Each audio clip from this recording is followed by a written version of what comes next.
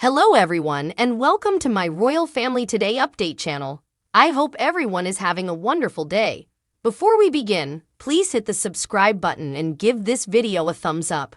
Princess Kate visits Beatles icon Paul McCartney, who teases her about their enormous age difference. When Kate, 41, reopened the National Portrait Gallery in London following a 3-year, £40 million renovation, she met the Beatles singer and his wife, Nancy. They are both British celebrities, and when Sir Paul McCartney noticed her standing there on Tuesday, he struck up a conversation with the Princess of Wales about their mutual passion of photography. When Kate, 41, reopened the National Portrait Gallery in London following a 3-year, £40 million renovation, she met the Beatles singer and his wife, Nancy. McCartney, 81, was there because his own photographic show containing photographs he captured during the height of Beatlemania in 1963 and 1964 opens at the gallery next week. After pointing out that it was all before she was born and joking about whether his wife was even alive at the time, the princess burst out laughing, explaining that his exhibition was about a specific time period, when you weren't even born, he said to Kate, smiling, before turning to his wife and joking, "Oh, you weren't either." Nancy, 63, laughed as she looked up and counted before responding that she had. Kate inquired as to if he had any personal photographs. "The pictures of John and George in particular because they aren't here," he said.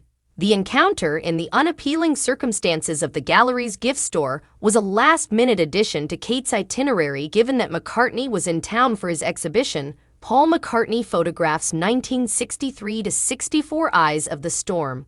The princess met with Jamie Faubert, the project architect for the extensive refurbishment, and Tracy Emin, who was commissioned to create an artwork for the gallery's new doors, incorporating 45 carved brass panels representing every woman throughout time on its forecourt.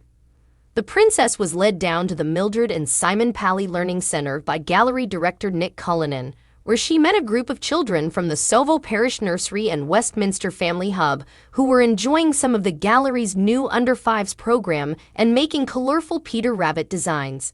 "It's great that there's a learning space for the kids," Kate commented as she took a seat at one of the tables, asking one of the children, who was engrossed in placing stickers on her masterpiece, "Who is this?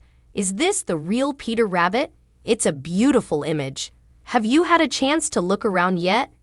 She informed the girl's mother that when she was a baby, she took one of her 3 children to the Victoria and Albert Museum, and the event made such an impact on them that they recalled it even now.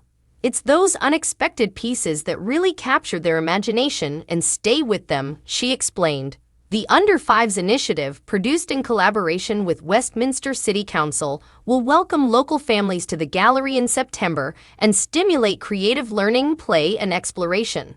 The princess went upstairs to the Duveen wing, where the focus is the gallery's new acquisition, Joshua Reynolds' Portrait of May. The 18th-century painting, largely regarded as Reynolds' best portrait, was bought this year by the gallery and the Getty Museum in Los Angeles following a £50 million fundraising drive. Kate, who studied art history at St. Andrews University, admired the color, the tone of the picture and listened closely as she was informed about its dignity and grace, and how the Tahitian ambassador's hand carried one of the first renderings of a tattoo.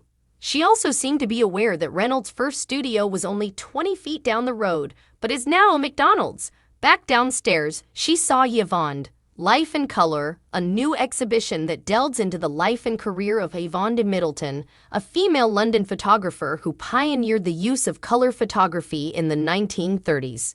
The exhibition features portraits and still-life paintings created by Madame Yvonne, as she styled herself, over a 60-year career, as well as the archive of her work, which the gallery acquired in 2021 and is supported by the Channel. Who was wearing a Channel purse with her self-portrait blazer dress, appeared enthralled by the part named Goddesses, which featured aristocratic ladies influenced by classical myth. "It's so beautifully curated," she commented. "It's really fantastic. You feel like you're on a journey, and suddenly you arrive in this place." Claire Freestone, the curator, later stated that the princess had enjoyed it. She enjoys photography and admires Yvonne's role as a positive role model for women. "She adored the goddess area," she explained. We came to a halt at the Mountbatten's portrait for King George VI's coronation. She cracked a joke about it. She remarked, "Oh, I remember wearing that," referring to their robes, and Nick Cullinan complimented her on her performance. Before leaving, the princess attended a brief reception for gallery supporters and sponsors before bidding farewell. "It was great," said NPG director Mr. Cullinan of her visit. "She's terrific, and she's a fantastic supporter of the gallery." She and Sir Paul had a good conversation. His exhibition is the following week. It demonstrates the scope of what we accomplish here, from the Middle Ages and the Plantagenets to current production. It's quite interesting to see not only names from history books, but also names from newspapers.